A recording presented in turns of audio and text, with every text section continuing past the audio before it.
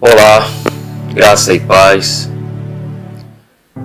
Mais uma vez estou aqui para dar continuidade à série Ordo Salutis, Ordem da Salvação. Essa série, como já foi falado no vídeo áudio anterior, ela trará uma sequência de 7 mensagens. Estamos agora na segunda e nesta mensagem irei falar a respeito da regeneração. Espero que com esta mensagem, para todos aqueles que estão acompanhando, seja mais um passo em caminho, em direção a essa salvação. E no fim dessas mensagens, todos que aplicarem o que a palavra diz em suas vidas, venham ter essa plena certeza de que quando Cristo vier, ou antes disso, Deus resolver levá-los deste mundo, que vão com a certeza da salvação. Amém? Vou dar uma pequena introdução aqui, antes de entrarmos de fato no que tenho para falar nesta mensagem. Eu creio que todos, se não a maioria, já viu aquele filme chamado Guerra Mundial Z. Para quem não assistiu ou nem sabe que filme é esse, eu irei aqui trazer uma rápida visão do que é esse filme, o que contém nesse filme. Esse filme ele tem como enredo um vírus letal que transforma pessoas em zumbi. No filme tem como ator Brad Pitt e ele atua como um ex-agente da ONU. Ele é chamado para investigar essa epidemia que está acabando com toda a humanidade. Mortos vivos por todos os lados, deixando rastros de destruição. E essa é a exata visão, irmãos, que se tem da humanidade na Bíblia. Para quem já ouviu o vídeo áudio anterior, sabe do que eu estou falando. Se você que pegou agora nessa segunda mensagem, não deixe de ouvir esta mensagem, mas aconselho para que você siga passo a passo a ouvir a anterior. Essa é a visão que a palavra traz do ser humano. O ser humano é morto em si mesmo. A sua forma espiritual ela é morta. Ela não tem afeição alguma. Ela não possui em si mesmo o poder de gerar fé em si próprio para se voltar para Deus, para retornar a Deus. Porque como a palavra diz que todos pecaram e destituídos da glória de Deus estão.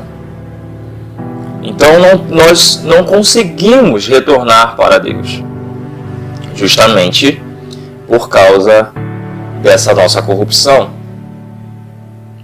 No livro de João, capítulo 3, verso 19, diz o seguinte: o julgamento é este, que a luz veio ao mundo e os homens amaram mais as trevas do que a luz, porque as suas obras eram más.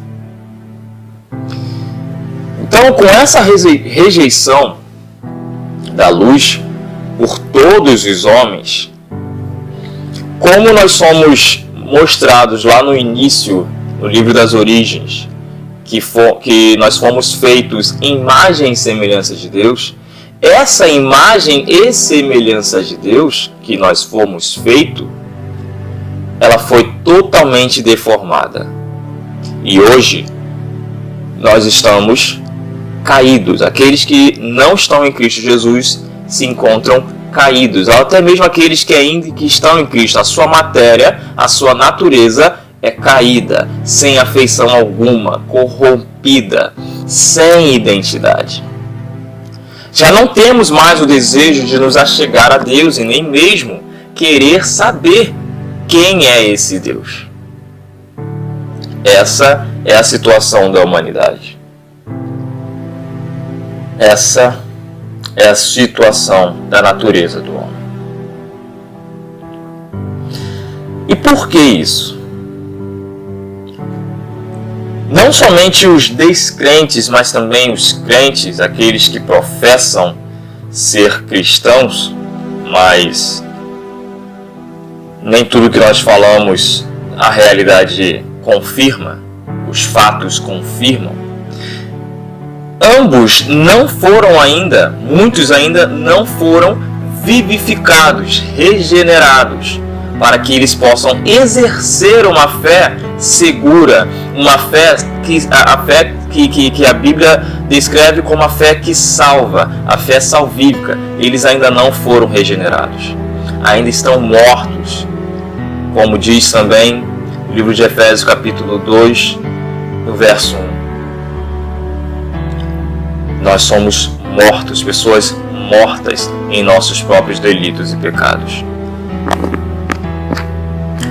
Um grande teólogo chamado Richard Charles Spurgeon, que infelizmente já não está mais em nosso meio, recentemente veio a falecer, ele menciona em um dos seus artigos: a regeneração precede a fé.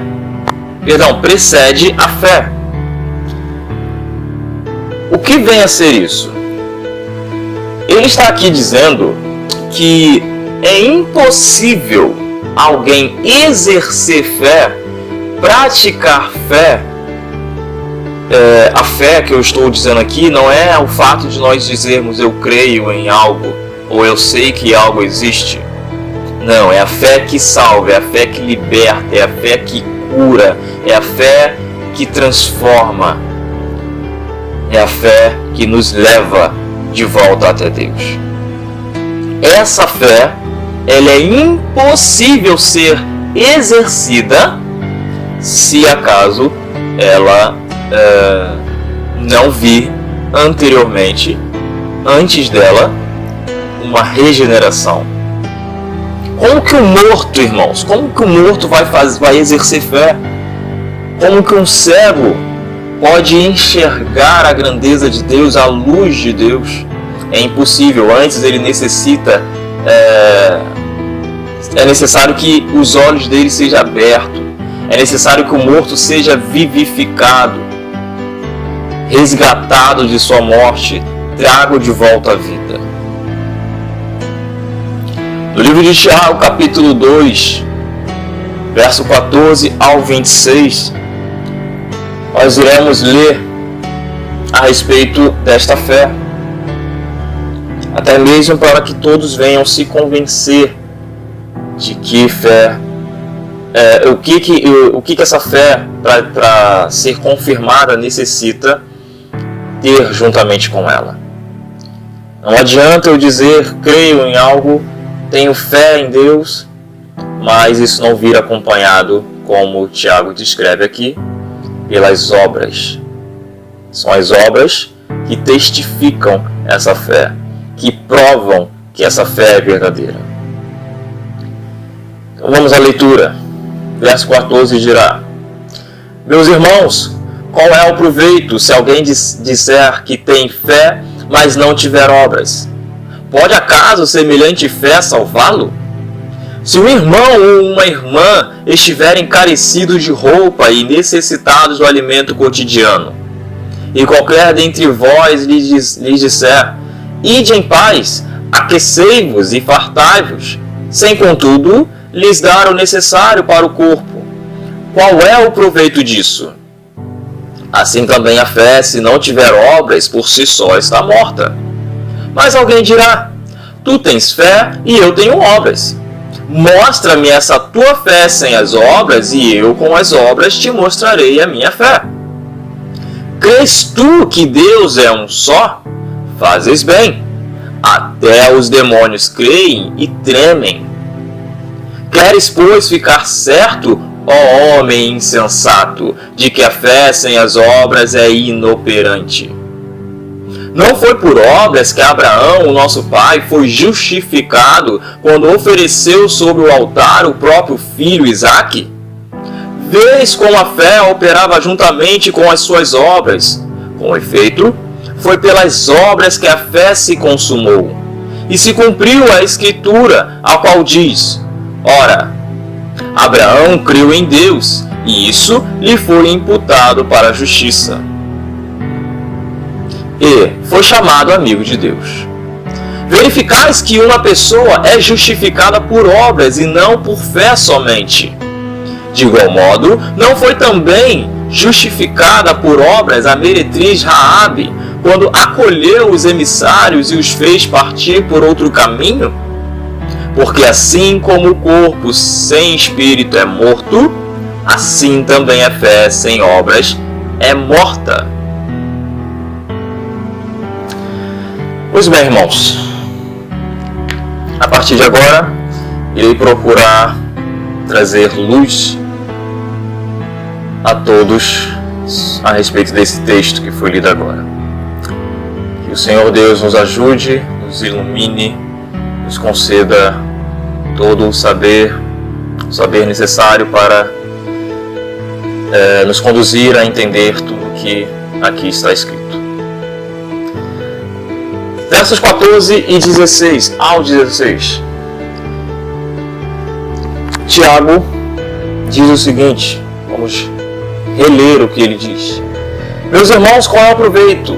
Se alguém disser que tem fé, mas não tiver obras, pode acaso semelhante fé salvá-lo? Se um irmão ou uma irmã estiver encarecido de roupa e necessitados do alimento cotidiano, e qualquer dentre vós lhes disser: ide em paz, aquecei-vos e fartai-vos, sem contudo lhes dar o necessário para o corpo, qual é o proveito disso? Tiago aqui está argumentando a respeito das pessoas que oram por outras, ou até mesmo orientam outras pessoas com uma falsa fé, com uma falsa crença, sem tomar uma atitude daquilo que fala. Muitos usam desse artifício. Chegam-se para outras, aconselham a outras, mas ela própria não faz nada para ajudar de fato. Elas procuram dar até mesmo um caminho bom, um caminho correto. Mas muitas outras pessoas necessitam de uma ação e não somente de orientação. E é isso que Tiago está argumentando aqui. Vejamos o que Cristo disse lá em Mateus capítulo 7, a partir do verso 24. Todo aquele, pois, que ouve estas minhas palavras e as pratica, será comparado a um homem prudente que edificou a sua casa sobre a rocha. E caiu a chuva, transbordaram os rios, sopraram os ventos e deram com ímpeto contra aquela casa, que não caiu, porque fora edificada sobre a rocha.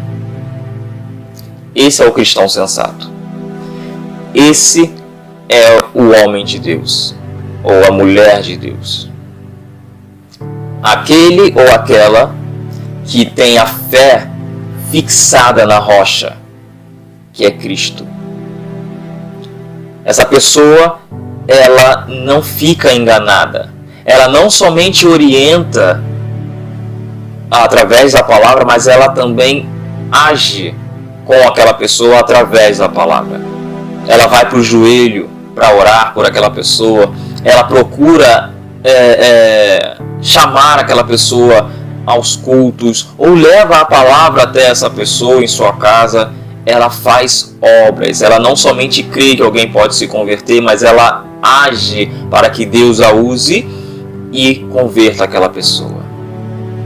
E Cristo continua: e todo aquele que ouve estas minhas palavras e não as pratica, será comparado a um homem insensato que edificou a sua casa sobre a areia, e caiu a chuva, transbordaram os rios, sopraram os ventos e deram com ímpeto contra aquela casa.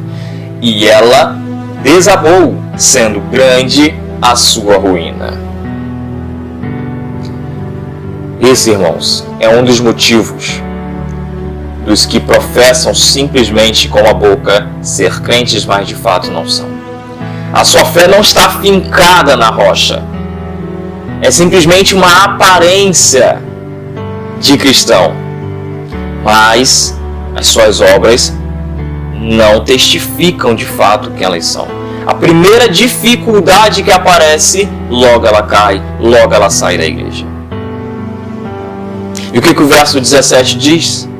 Assim também a fé, se não tiver obras, por si só está morta. Vamos ao verso 18. Tiago diz: mas alguém dirá, tu tens fé e eu tenho obras. Mostra-me essa tua fé sem as obras, e eu com as obras te mostrarei a minha fé.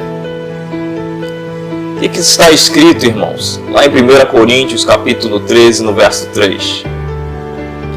E ainda que eu distribua todos os meus bens entre os pobres, e ainda que entregue o meu próprio corpo para ser queimado, se não tiver amor, nada disso me aproveitará.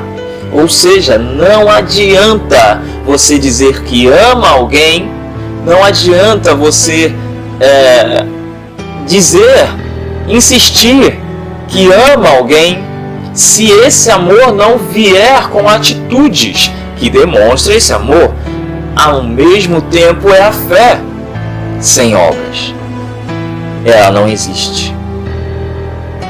Não adianta bater o pé, fazer bico e dizer: sim, eu creio, sim, eu tenho fé.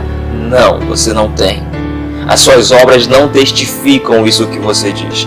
As suas atitudes não condizem com o que você está relatando. Verso 19. Crês tu que Deus é um só? Antes de continuar a ler, essa aqui é uma ótima resposta para aqueles que dizem e insistem em dizer que creem em Deus, mas não testificam as suas obras. Tiago já tratou de acabar com esse argumento. Crês tu que Deus é um só? Fazes bem, até os demônios creem e tremem. O que Tiago estava dizendo aqui, irmãos? Preste atenção nesse relato aqui de Cristo com o demônio, com uma pessoa endemoniada, melhor dizendo. Esse foi um relato, na verdade, de Lucas a respeito de um acontecimento que envolveu a Cristo e um homem endemoniado. Lá em Lucas capítulo 8, verso 27 e 28 diz o seguinte: logo ao desembarcar, veio da cidade ao seu encontro um homem possesso de demônios, que havia muito não se vestia, nem habitava em casa alguma, porém vivia nos sepulcros. E quando viu a Jesus, prostrou-se diante dele, exclamando e dizendo em alta voz: que tenho eu contigo, Jesus, Filho do Deus Altíssimo? Rogo-te que não me atormentes. Percebam, irmãos. No verso 19, Tiago argumenta: crês tu que Deus é um só? Fazes bem, pois até os demônios creem e eles tremem. O que esse demônio aqui que está possuindo um outro homem fez? Qual é a atitude que ele teve? Ele se prostrou diante de Deus, de Cristo, de Jesus, que também é Deus. Ele se prostrou e ainda o adorou, Filho do Deus Altíssimo. Vocês sabem o que significa Altíssimo?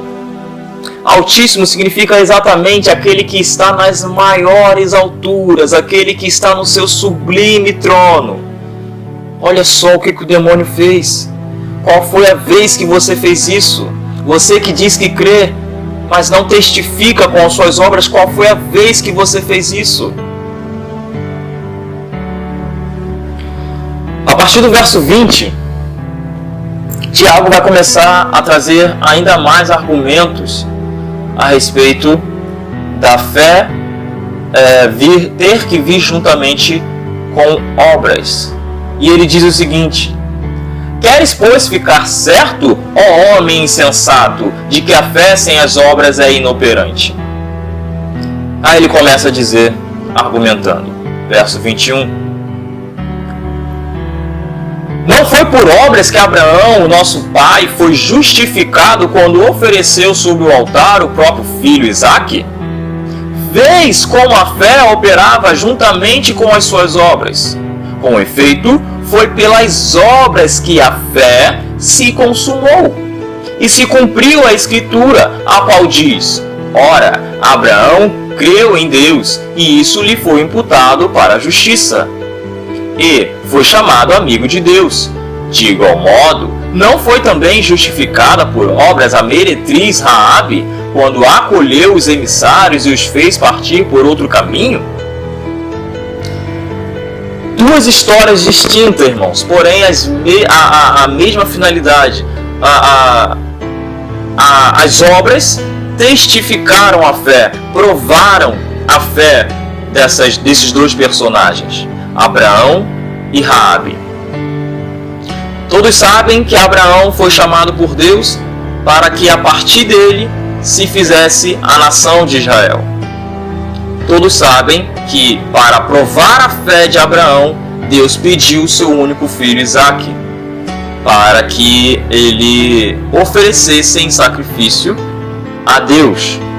E antes dele consumar esse ato, Deus o impediu de prosseguir, vendo ali que, de fato, Abraão tinha fé, que ele era o homem para dar o pontapé inicial em toda a nação de Israel. Semelhantemente, Raabe, antes de sua cidade ser sitiada pelos hebreus, pelos judeus, pelos israelitas, 2 espias foram enviados até a sua cidade, a cidade de Raabe. E ela não entregou os homens, esses 2 espias, aos outros que vieram para matá-los. Antes ela os escondeu, ela impediu que eles fossem entregues às mãos desses homens que queriam matá-los. Ela foi fiel, ela acreditou que Deus iria livrá-la, não somente ela, mas também os seus familiares, da morte.